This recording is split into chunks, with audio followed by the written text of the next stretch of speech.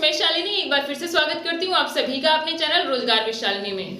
आप सभी लोग जानते हैं कि जुलाई तो आ ही चुका है। अब जुलाई में बड़ी बड़ी खुशखबरी आपको मिल रही है, तो हो सकता है कि आपके केवीएस इंटरव्यू की भी खुशखबरी आपको जल्दी ही मिल जाए। तो ये खुशखबरी मिलने से कुछ नहीं होगा, उसकी तैयारी भी आपकी भरपूर होनी चाहिए। तो उसी तैयारी में एक एक कदम मैं आप लोगों के साथ आगे बढ़ा रही हूँ और आप लोगों की तैयारी करवा रही हूँ। तो उसी तैयारी में एक और कड़ी जोड़ने के लिए मैं आप लोग के लेके आई हूँ कि शिक्षण का स्थानांतरण हम लोग बच्चों में कैसे करेंगे, क्या उसकी शैक्षिक महत्वता होती है कि हम लोग बच्चों में जो शैक्षिक स्थानांतरण होता है वो कर सकते हैं, किस हिसाब से अच्छे तरीके से हम लोग बच्चों को समझा सकते हैं।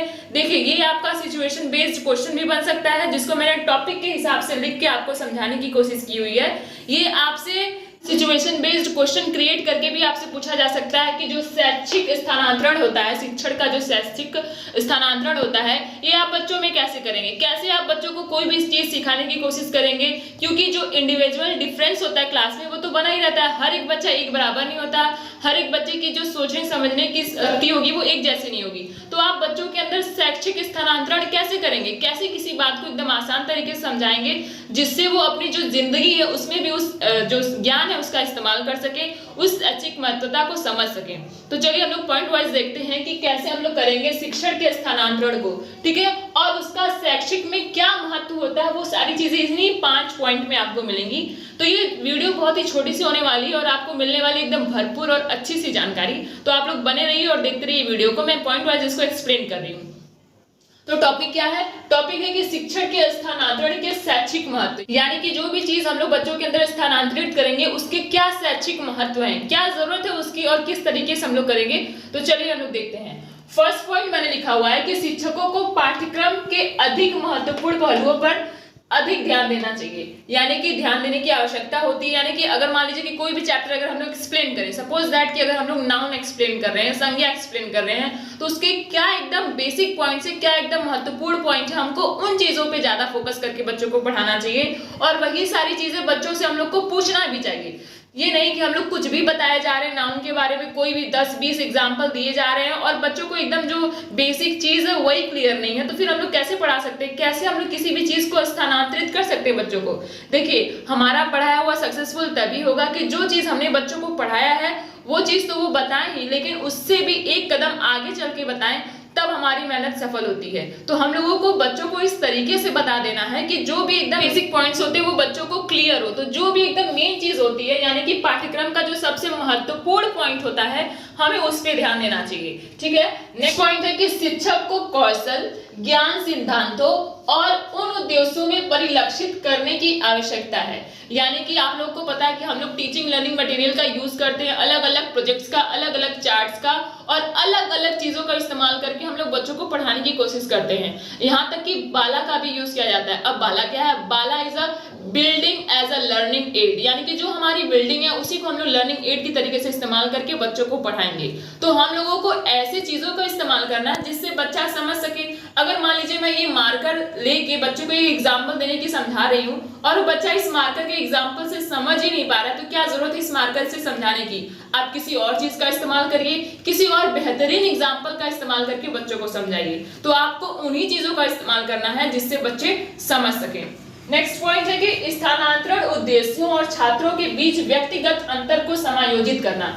यानी कि मैंने आपसे इस वीडियो के स्टार्टिंग में ही बता दिया था कि इंडिविजुअल डिफरेंस जो होते हैं वो हर जगह प्रेजेंट होते हैं, चाहे वो अपने घर में हो, स्कूल में हो या फिर किसी भी संस्थान में हो।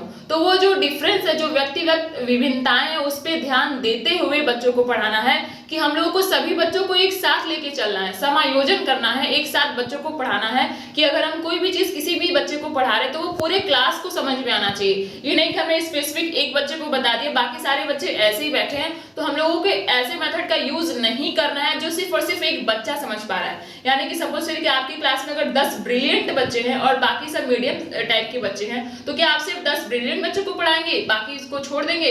ऐसा तो बिल्कुल नहीं है। तो आप लोगों को ऐसे मेथड का इस्तेमाल करना है कि सारे बच्चे उसमें इन्वॉल्व हों और सबको अच्छे से समझ में आए।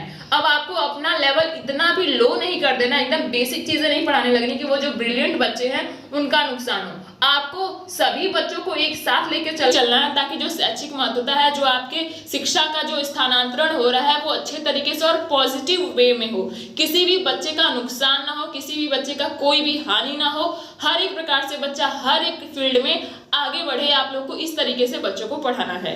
नेक्स्ट पॉइंट है कि एक पाठ पढ़ाने में शिक्षक को समानता पर जोर देकर उन संबंधों को बनाने में छात्रों की सहायता करनी चाहिए। यानी कि सपोज करिए कि कोई ना कोई पॉइंट तो ऐसा आएगा जिसमें सभी बच्चे अपना इंटरेस्ट दिखाएंगे और उस पॉइंट में हर एक बच्चा अपने आप को एकदम ऊपर महसूस करेगा, यानी कि हर एक चीज उस चीज के बारे में जानता रहेगा। तो उसी समानता को एक साथ बच्चों को मिलाने के लिए उनके अंदर जो भी नॉलेज है वो आपस में डिस्ट्रीब्यूट करने की मदद करना चाहिए। किसको करना चाहिए? टीचर को। यानी कि जो भी एकदम मेन पॉइंट है, जो भी सेम टाइप की पॉइंट है, जो भी समानताएं हैं, उस पे ध्यान देकर सभी बच्चों को एकत्रित करके एक ज्ञान को समझाने की और बातों को बताने की कोशिश करनी चाहिए।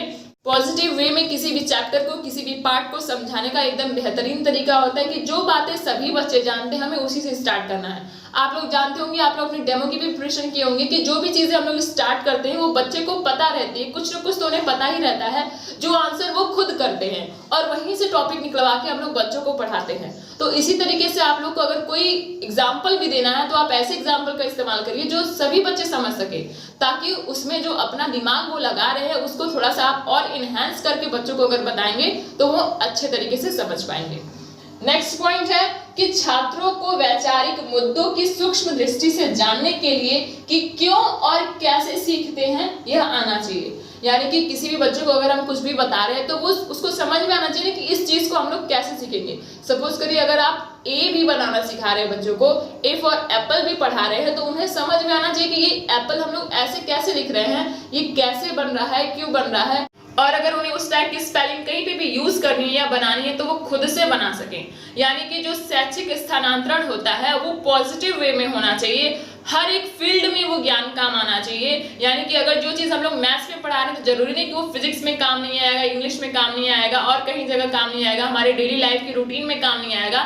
तो हम लोगों को इस तरीके से पढ़ाना है कि वो बच्चा जो नॉलेज हम लोग उसको दे रहे हैं वो हर जगह इस्तेमाल कर सके। और हम लोग को अपने नॉलेज को जो भी स्थानांतरण करना है बच्चों के अंदर, जो भी शैक्षिक तरीका अपनाना है, जो भी टीएलएम का यूज करना है, जिस भी तरीके से हमको पढ़ाना है एक पॉजिटिव वे में पढ़ाना है, ताकि जो हमारा शैक्षिक महत्वता है हमारे ज्ञान की वो बनी रहे। और जो शैक्षिक स्थानांतरण हो रहा है, जो शिक्षण का स्थानांतरण हो रहा है हमारे से बच्चों के अंदर, उनके से उनके छोटे भाई बहन में या फिर किसी में भी, तो वो एक पॉजिटिव वे में हो और इसकी महत्वता लगातार बनी रहे। तो ये है आपका सिचुएशन बेस्ड क्वेश्चन भी बन सकता है और आपसे पूछा भी जा सकता है कि आप शिक्षण के स्थानांतरण को कैसे करेंगे, क्या इसकी महत्वता है। तो आप लोग ये सारे पॉइंट्स बता के अच्छे मार्क्स गेन कर सकते हैं। ये 5 पॉइंट्स है और बहुत ही आसान पॉइंट्स है। मैं इसको इंग्लिश में भी लिख सकती थी लेकिन मैंने हिंदी में लिखा हुआ है, ताकि अगर आप लोग अपना भी इसमें एग्जाम्पल कुछ ऐड करके एक्सप्लेन करना चाहें तो कर सकते हैं। आप लोग चाहें तो इसका स्क्रीनशॉट ले सकते हैं या फिर आप लोग अगर नोट्स बना रहे हो तो वेल एंड गुड।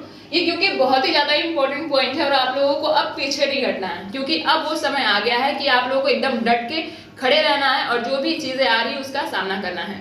आपको एकदम डट के खड़े रहना और जो भी प्रिपरेशन आपने की है उसको एकदम बेहतरीन तरीके से इस्तेमाल करके अपने सिलेक्शन को लेना है। तो उम्मीद करती हूँ कि ये वीडियो आपको पसंद आई होगी, ये टॉपिक आपको समझ में आया होगा। अगर समझ में आया तो please like share subscribe. Thank you.